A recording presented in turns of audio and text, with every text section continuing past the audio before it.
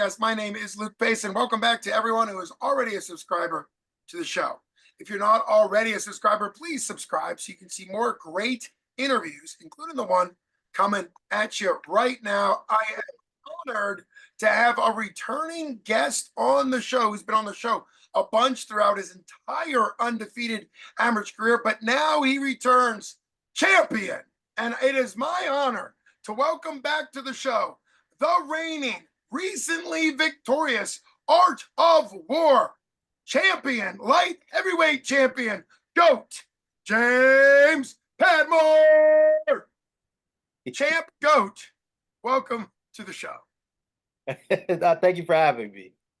Always great having you on the show. I know for sure I've had you on probably almost every one of your amateur fights. So huge congratulations. You represent Pittsburgh very well. You went out to, if people don't know, Art of War cage fighting run by owner Mike Bickens, a regional promotion out on the eastern side of Pennsylvania, because that's where I'm from.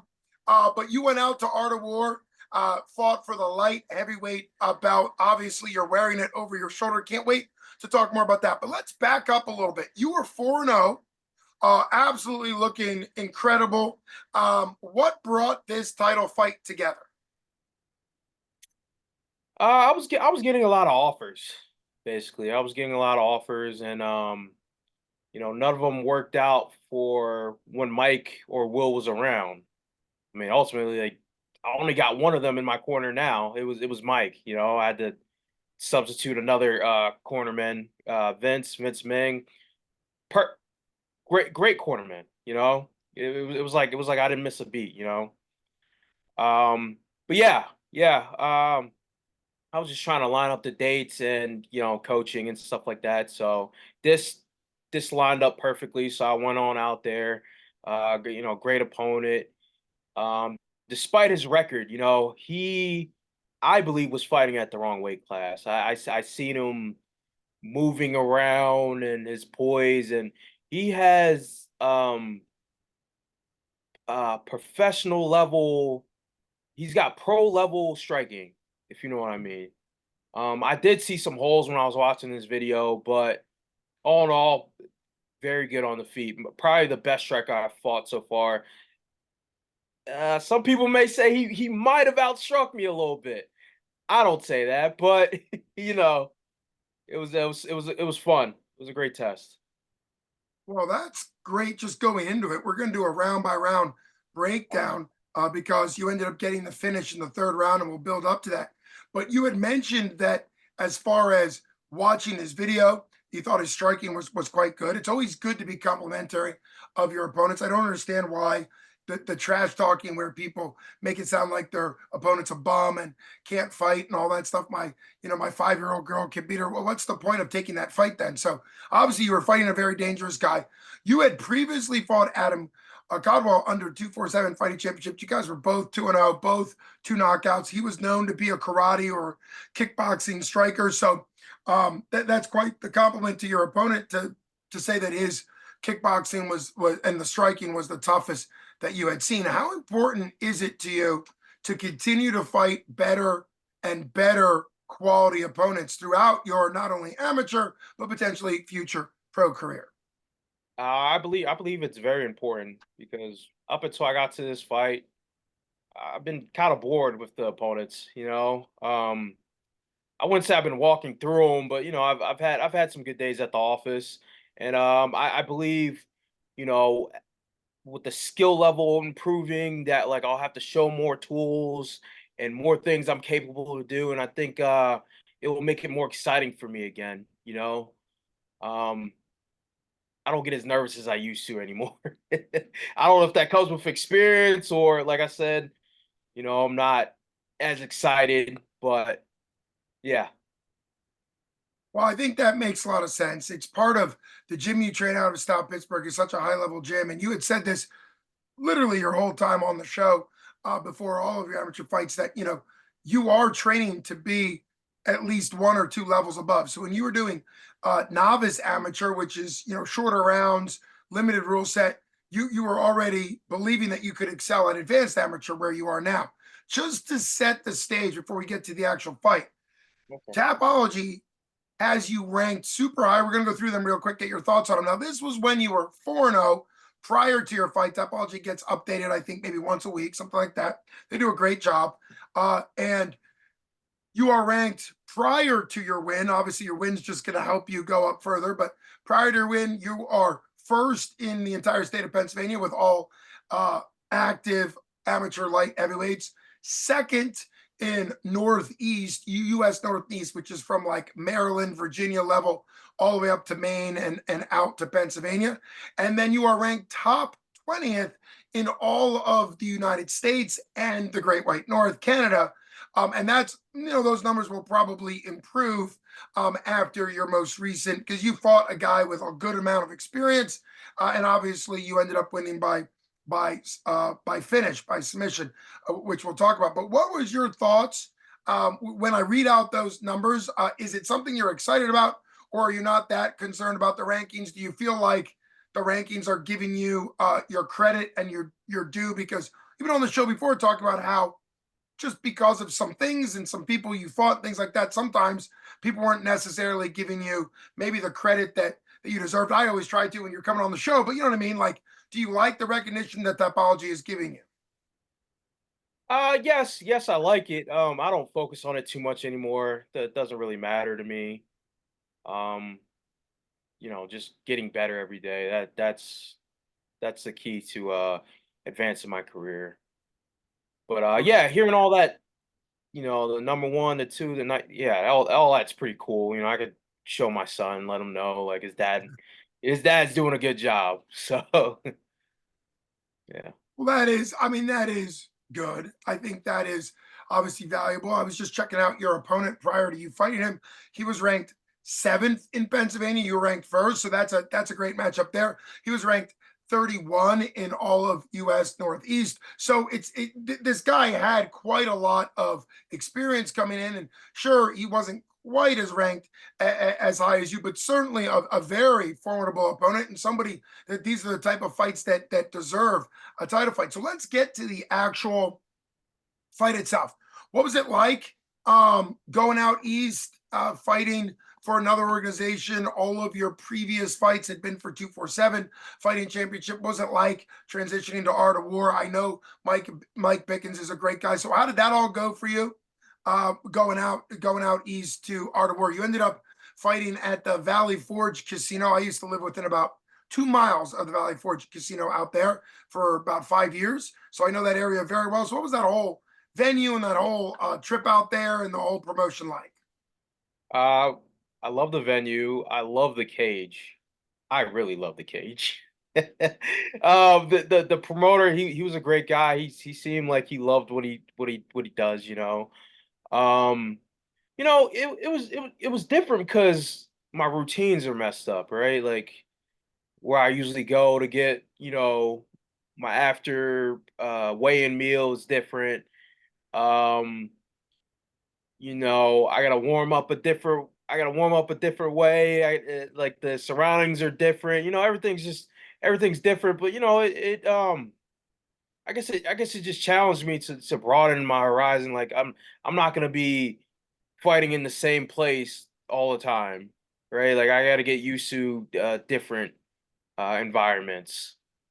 But yeah, I think I adapted pretty well. So Well, yeah, that makes a lot of sense. It's another reason why, as amateur, to get experience in different situations, you obviously like the cage, but different environments, uh, promoters that run things differently.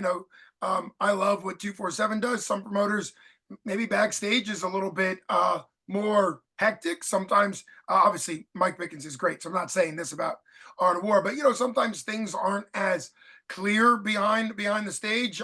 Sometimes they are. So sometimes promoters do a camera on you when you walk out, which 247 has been doing more of. Sometimes they don't. There's little differences, which is great. You were fighting for a belt, so let's talk about that.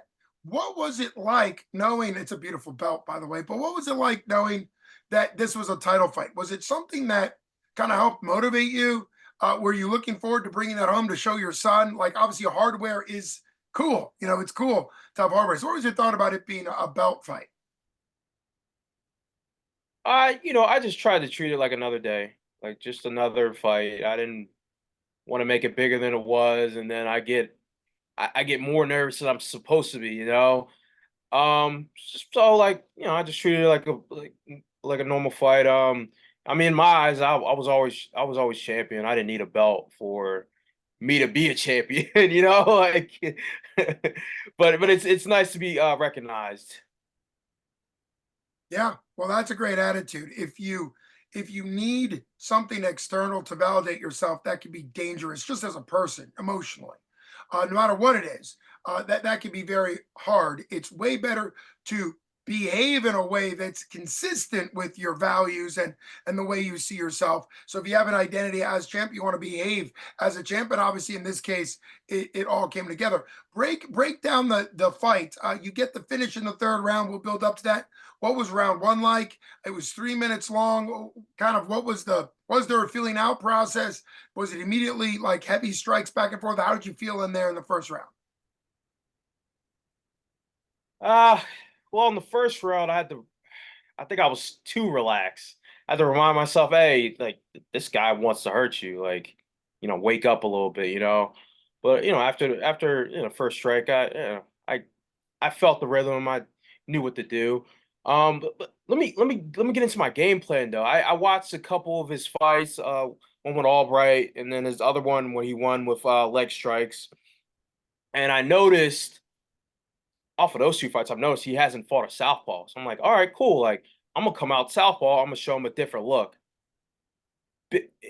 Big help, big help. He seemed thrown off. Actually, after the fight, he kind of said his whole game plan went out the window because I got a takedown Mm. from the southpaw position, right?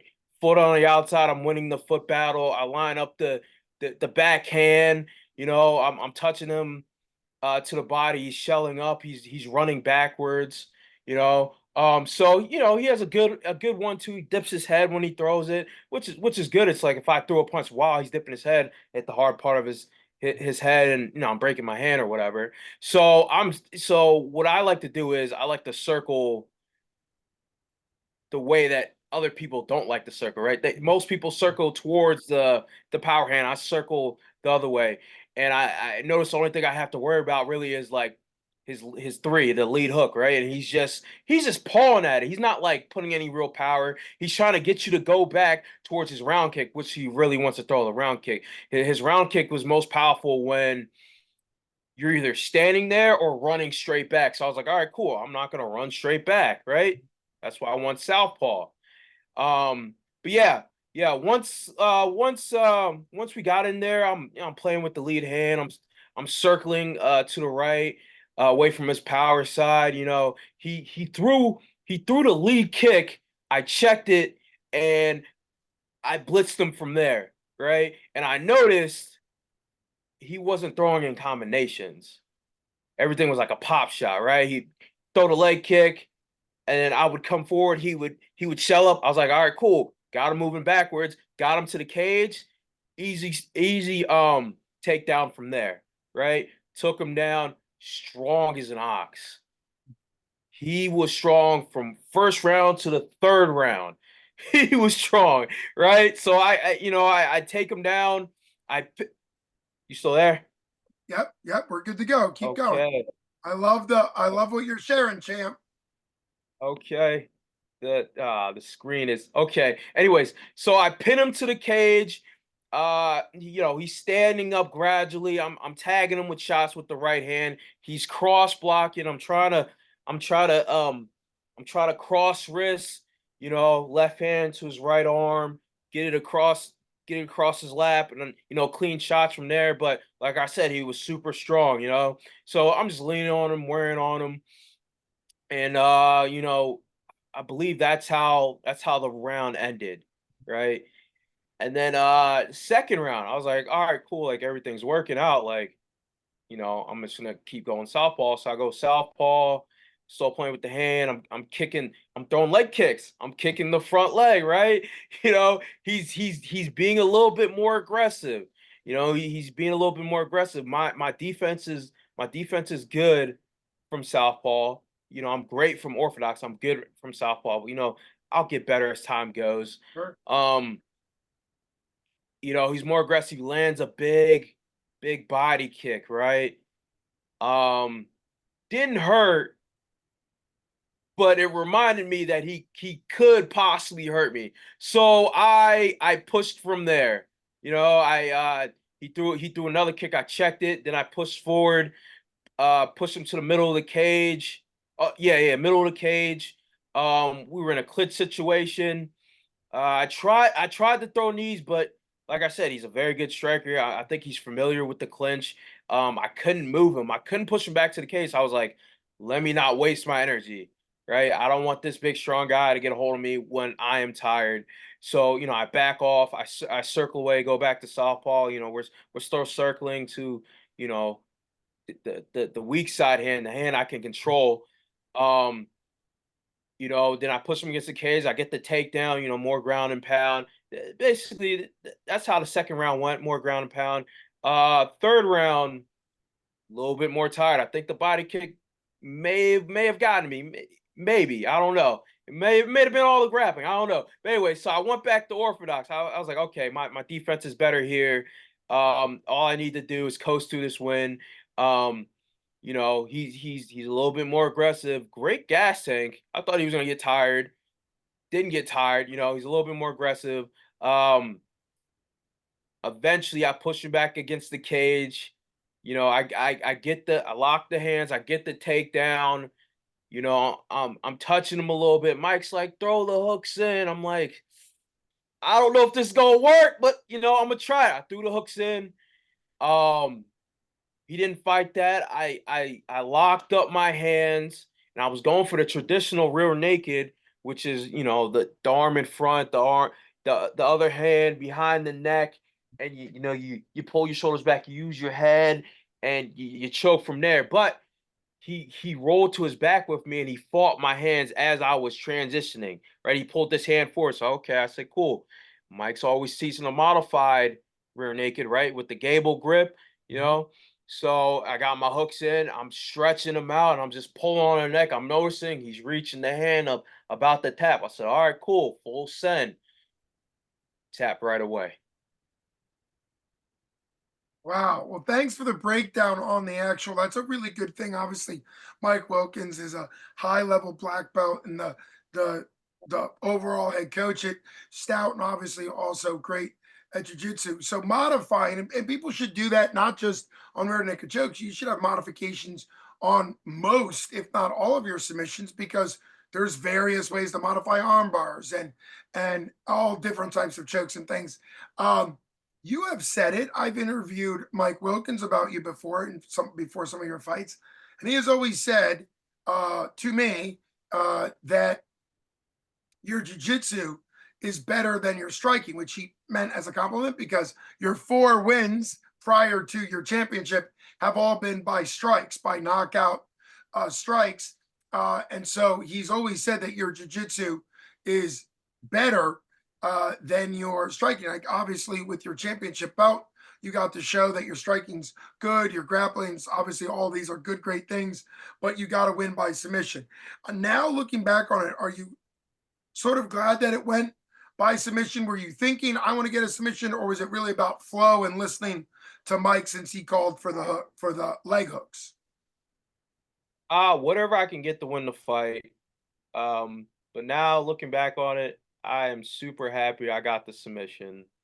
Um, Honestly, if I could, you know, grapple people to death, I would. I wouldn't stand and trade. Like that's silly to me, right? What's the easiest path to victory, right? Grabbing someone, put them down, choking them. But yeah, like You got a game I'm plan happy I got now. the There you go. yeah. I'm happy I got the choke because I received my purple belt right afterwards. Mike was like, all I needed was a submission out of you. That's all I needed. I've been holding on to this thing for a long time. Wow, he had the belt right there with him Yes, and did sir. it. I, Wow, did it in I the was, cage.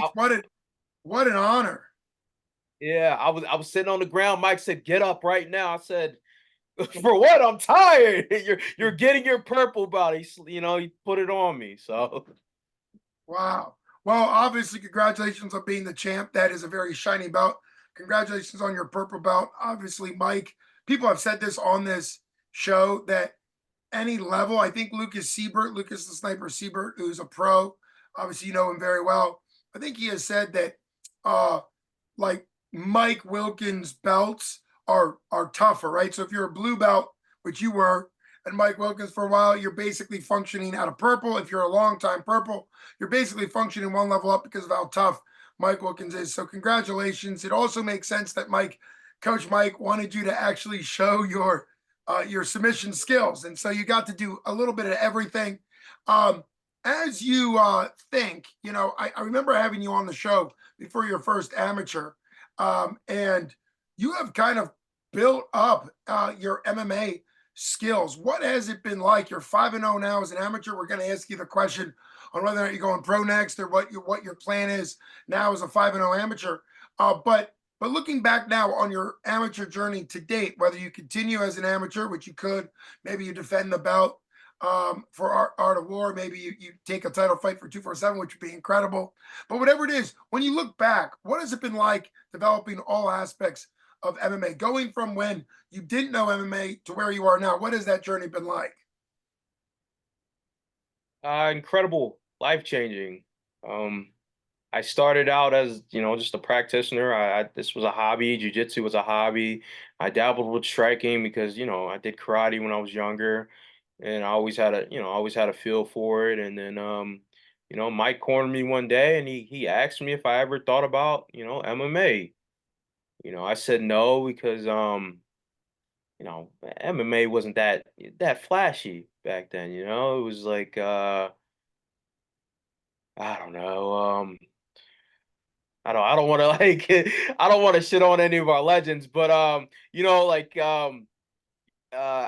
started getting more into it when when Connor came around, and then you got, yeah, I mean, Anderson Silva, obviously. I'm into the more like flashy fighters. My favorite fighters right now, Izzy, Sean O'Malley, um, fighters like that. That's what those guys made me fall in love with MMA. And I am extremely grateful for Mike Wilkins and him inserting the idea in my head because I was like 26, 27. I had no idea what I had a calling for. I thought I was just, you know, here just to be here. But now I think I could do something with this whole MMA thing. And I'm excited to see how far I can take it. And speaking of that, that's a great attitude to have. It also shows that you're never really going to know where you end up when you start a journey, whether that journey be a relationship, a job, education, training, jujitsu, a fitness journey for people that need to do fitness things for their health, to lose weight, or to to help their heart out, whatever it is. You never know what it's going to be as far as your fitness journey. What is next for you, or what would you like to be next for you? You just won this belt a couple days ago, so I know it's still fresh. Where do you see yourself fighting next? Um, I was invited to Ohio for another championship fight, you know, with a guy named Nasty Nash. We've seen him. Oh, You know him. yeah, yeah. You know him. He That fought was somebody you knew very well who yes, used to yes, train at sir. Stout. Yeah. I was very interested in that, but I'm gonna talk to Mike. That's on the table. I'm also just thinking about, hey, why not just go pro and move down to 185 in December? Like that's gonna take me a while to cut this weight and get down there. So yeah, I think I'm leaning towards that more. Because I want to see how I do on the pro level. I want to be a pro athlete. I want to tell people, yeah, I'm a pro fighter. Like that's pretty cool. I mean, yeah, it's pretty cool. Ask your buddy Lucas the Sniper Siebert how cool it is to be a pro athlete. I'm sure he'll tell you it's pretty cool. And hats off to him. He was an amateur champion for 247 before going pro. You're obviously an amateur champ for Art of Will right now. You make some decisions. Coach Mike obviously has a lot to say with that, and maybe you end up being able to be able to do both. I don't know what the time frame for the nasty Nick Nash would be, but obviously being able to target 185, let's talk about that. You had mentioned that you thought your opponent was at the wrong weight class. Where did you think your opponent should be of weight class wise? And how long have you been thinking, even though you've been fighting at light heavyweight, how long have you kind of known that at the pro level you want to go to 185? Well, Mike Wilkins put it in my head about the whole 85 thing. I was just happy to fight. But after our second fight, he was like, "Yeah, you're going pro 185. Like, you're pretty good." And I was like, "All right, whatever. Like, whatever Mike wants, I'll follow." But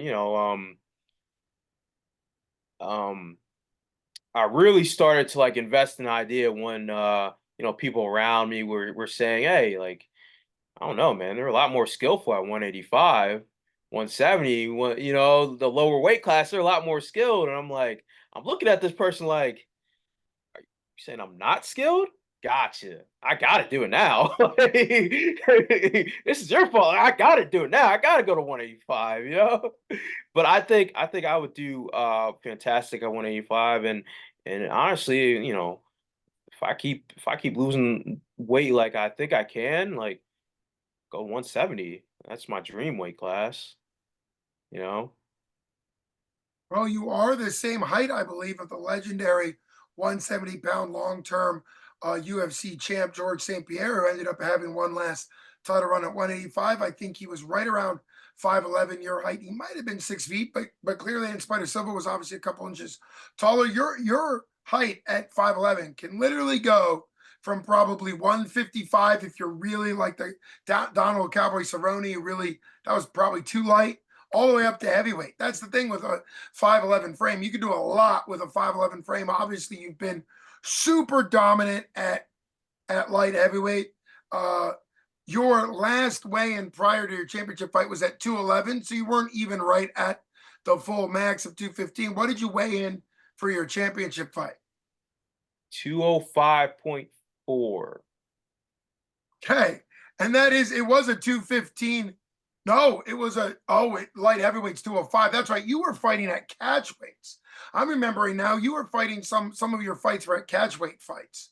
Yeah. So what was it? Okay, so that getting my brain on right. 205 is light heavyweight max. So what was it like getting to there? That had been the lightest you had fought, even though it was only by a couple pounds lighter. Gosh, it was no big deal. It was Gotcha.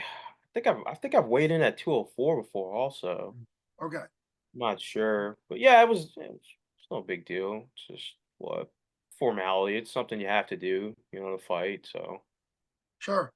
And talk a little bit as we start to wrap up because it's been so incredible having you back on the show as a champ and all this. What makes December? Are you talking? I know 247 Fighting Championships typically has a December card. It's their last big card of the year. Is that what you're thinking about? Or is it really just a matter of picking if you do go pro next, and that's up to coach and a couple other things. But if you do go pro next, is December special because it gives you time to cut down, or why December? Do you want to be on a big 247 end of the year card? just I just want to cut down safely. I don't want to rush anything. It'll be like my first time making a weight. I mean, maybe I do a catch weight at 190 or something, before I or 195 before I make 185. I don't know. Like I said, I'll talk to Mike and see what he wants to do and figure it out from there. Well, you've got a lot of options going forward. That's what winning will do, open up a lot of options. So it'll be exciting to see what's next for you. Who do you want to thank as being part of your training team, your support team, just your family? Day late, happy Father's Day to you, because you mentioned your son, kind of like who's in your corner, both physically, but also as far as your family goes. I felt a lot of support for this one. Felt a lot of support, from the gym and then all the people that bought tickets. Um, I would like to also thank, Vince and Mike. Um, Vince has never cornered me before, and I appreciate him like stepping in. We'll had some fights the following day, and you know, y- you know, it would have been too much for him to make that drive and then be back in time that coaches the other fighters. My mom and dad, mostly my dad. He watched me as I cut weight, you know. So yeah, I was a big help. I didn't have anyone with me, you know, cutting weight. I had to damn near do it myself or whatever. You know, I mean, it's no big deal or whatever. You know, I like to thank my wife for driving me to weigh-ins. You know, we got we got a kid. She gotta watch him, and then she gotta watch me. You know, because I'm depleted or whatever. Um, you know, yeah. You know, Mike and Vince again. I guess their families because like they had to, you know, drive, you Mhm. know, across PA to help me out, and it's like I'm an amateur fighter. I'm not really, you know, paying them or anything. You know, they're doing it Yeah. out of the kindness of their hearts, and yeah, yeah. I guess that's it. You know, them and yeah, Stout and all that. You know, It's a yeah, great list. That's a great yeah, list of yeah. people, and it's always a combination of the technical side. You know, the training family you have at Stout.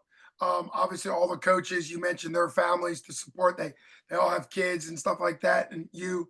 But then it's also your personal side, your wife, your son, your dad. Right? There's a lot that goes into it, and that's encouraging for people out there that have a family member or a friend who's a fighter, and maybe you think, oh, I don't know anything about fighting. How can I be supportive? Ask them how you can support them. Like you mentioned, your dad helping you through the weight cut. Somebody can do that, even if they really don't know anything about fighting. It's about showing up, being present, um, hiding the fact that you're drinking water when your friend is cutting weight. You know, but the reality is there's a lot of support that goes into it.